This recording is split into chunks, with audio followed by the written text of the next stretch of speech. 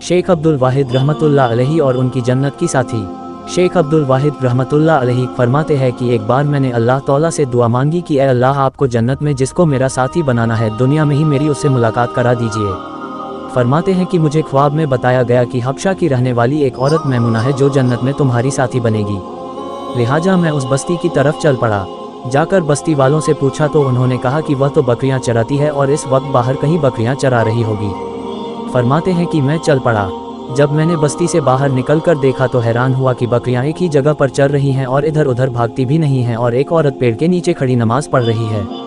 जब मैंने गौर किया तो मैंने देखा कि जहां बकरियां चल रही थी वहां उस चारागाह के किनारे कुछ भेड़िए बैठे नजर आए। उन भेड़ियों की वजह से वे बकरियां कहीं बाहर नहीं भाग रही थीं और एक जगह पर ही चल रही थीं। जब उस औरत ने सलाम फेरा और मुझे देखा तो कहने लगी, अब्दुल वाहिद, अल्लाह रब्बुल इज़्ज़त ने मुलाकात की वायदागाह तो जन्नत बनाई है, तो फिर तुम दुनिया में कैसे आ गए? मैंने कहा कि मैंने दुआ मांगी थी जो अल्लाह रब्बुल इज़्ज़त के यहाँ कबूल हो गई। मगर अब मैं आपसे एक बात पूछना चाहता हूँ कि मैंने ऐसा मंजर तो कभी नहीं देखा कि आप नमाज पढ़ रही थीं, बकरियाँ चल रही थीं और भेड़िए बैठे हुए थे और वे बकरियों को कुछ नहीं कह रहे थे। मुझे इसका राज समझ में नहीं आ रहा है।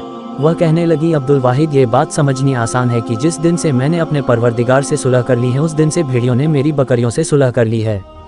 मालूम हुआ कि फजकुरुनी उकुरुकुम का एक मतलब ये बना कि ए बंदो, तुम मुझसे सुलह कर लो, मैं मखलूक की तुम्हारे साथ सुलह कर दूंगा।